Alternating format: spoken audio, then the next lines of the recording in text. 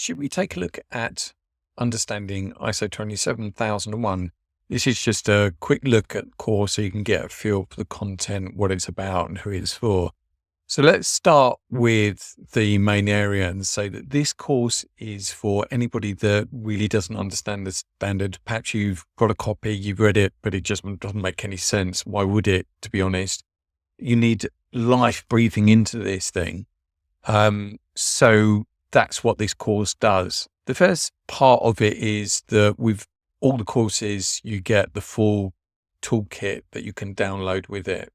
So on my website, you can get a toolkit that has the mandatory documents in it. And I call that the light toolkit, but this is the full toolkit, which has a lot of supporting documents that you might want to use yourself when you're implementing 27001. However, if you are implementing 27001, you really need to look to the other course that I've created called Implementing 27001, strangely enough. This one is more about just understanding what it's asking for. The content is in a number of chapters and lessons.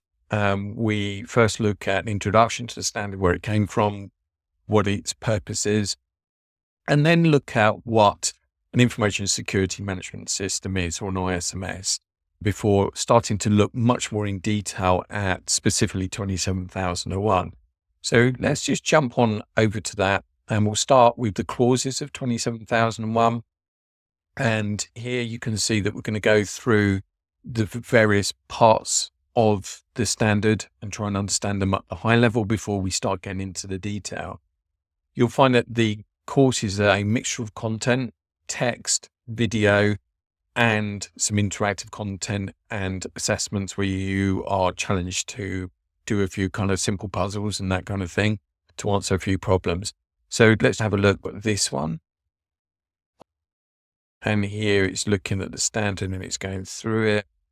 You can't reprint the standard, although I have permission to reprint some parts of it from BSI and ISO themselves. We then look at things like the clauses and how they relate to Annex A, or something called the Statement of Applicability. So we're trying to give you a high-level overview of it before we jump into too much detail. Exploring here what the mandatory documents are and why you need those. So go into that kind of information and then talk about the structure of the overall standard. So here we've got clause 5, which is leadership. And this tells us what is needed and meant by the term leadership in clause 5 and the subclauses. So here we're looking at the subclauses of clause 5 in a little bit of detail, but we start at the top and then work down, and you'll see that you can click on things and go through and get more information. And this one's talking about 5.2, which is the policy, and then it talks about what the contents of the policy should be and what people are looking for. So there's some example there. Talk about the other kind of policies that would be expected. And then here we're talking about organizational roles and responsibilities and what's needed there under 5.3. And we look at some of the roles that you might see in an ISMS. Each section finishes with what an auditor is looking for. So in this, for example, for a security policy, it's saying you need to document a security policy that's tailored to your organization. It needs to include the security objectives, or at least a link to them, and a commitment to legal compliance and continued improvement. So if those things aren't there, and an auditor just picks up your security policy, it would probably fail because they're not included. So it's highlighting there. And then it goes through each of the clauses and then explores what is meant by each clause. So if we jump down to operation, we look at clause 8. We can go through and then there'll be a video of me talking about clause 8 before it goes on to sometimes repeat the same information, but from a different angle so that you can really have it sink in. And we go through that and we look at, for example, what risks assessment are and what you need to be doing there and what risk treatment plans are.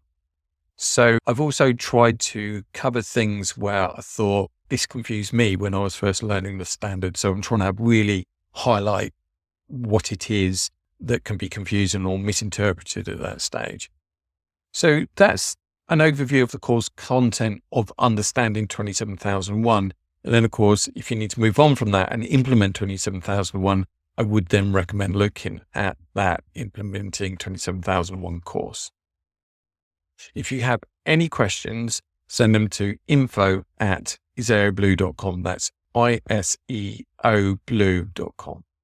Thanks.